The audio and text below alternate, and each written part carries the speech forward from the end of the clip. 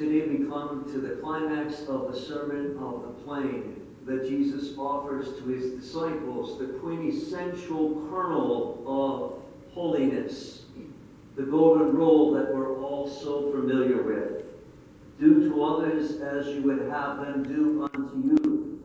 That's the golden rule. Jesus says, I have a higher standard. The platinum rule. Treat others better than they treat you. That's the platinum rule. That's what Jesus is demanding of his disciples on the Sermon on the Plain.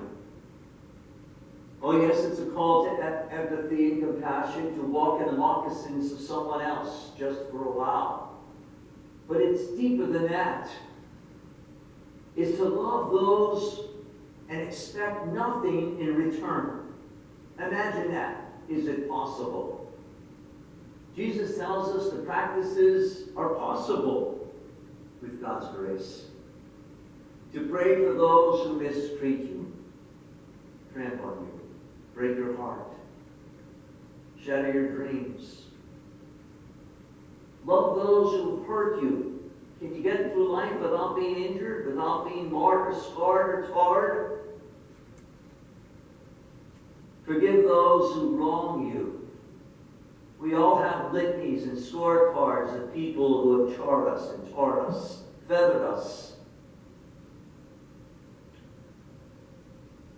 Turn the other cheek on those who slap you silly.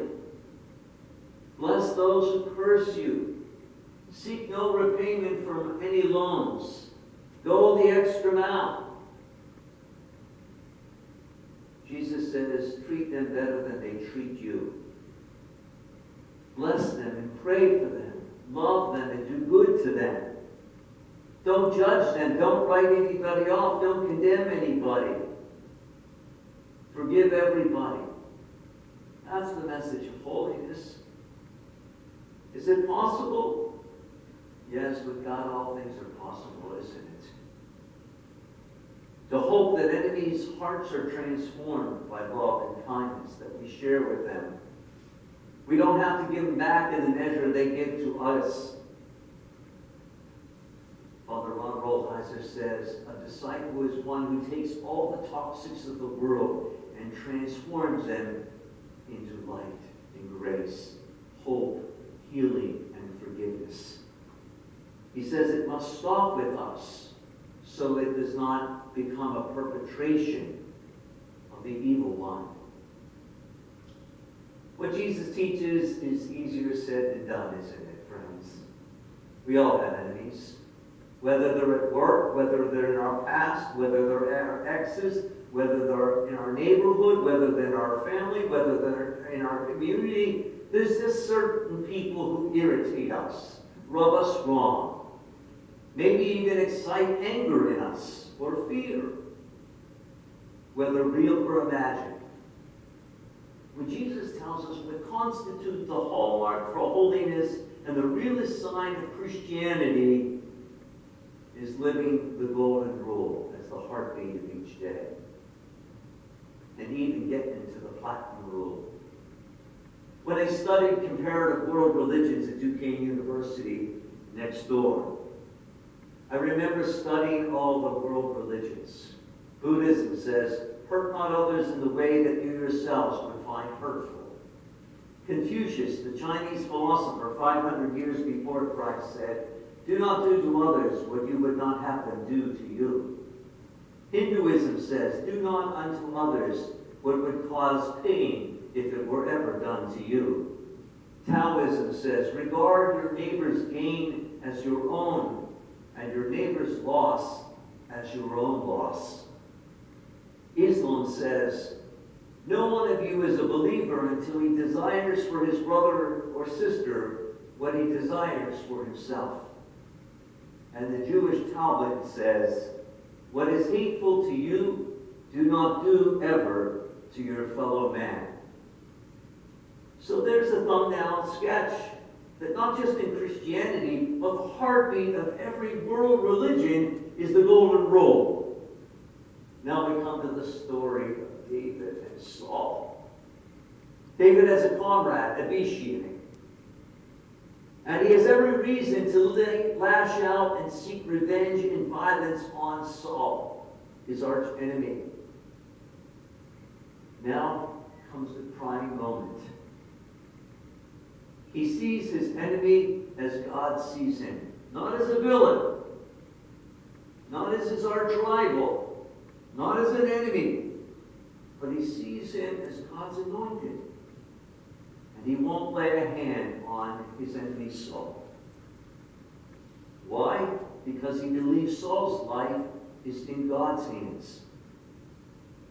And God's justice and God's fidelity will rule the land. Why would I harm him? We're challenged to such daunting love and pardon for those who have wronged us, as David was with Saul.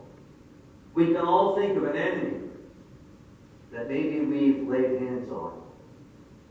And for the better part of us, it would have been best to not harm them.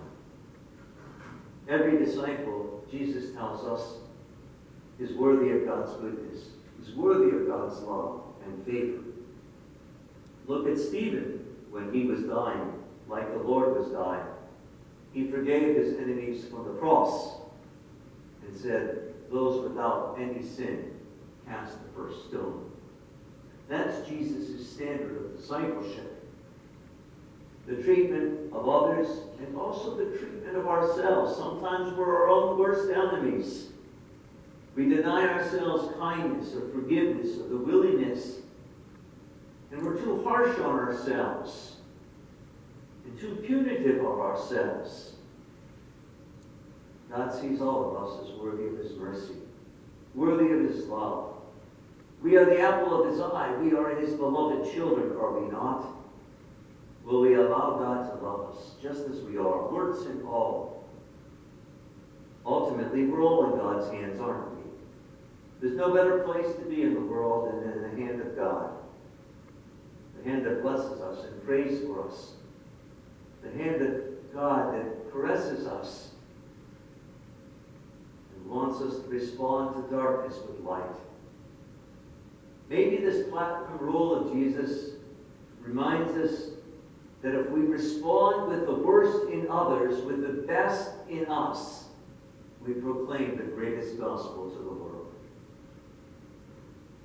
Love always releases extraordinary energies in us. For the power of love is the greatest power in the universe. It thwarts and destroys all powers of evil. The more we open our hearts to the living God, the more our hearts open to what God is offering us. For we are the vessels of his grace. We receive his grace to bring forgiveness to the world.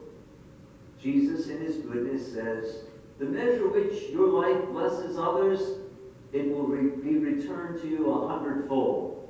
Full measures, pressed down, shaken together, running over. We are called each day to bless the world, not curse the world. With fidelity to the gospel and the platinum standard, we demand an impossible price to pay for the prophetic truth of the good news to break through our world as it broke through when the angel's word to Mary and Mary's word to every disciple in every age. Nothing is impossible with God. To forgive our enemies and to love the unlovely.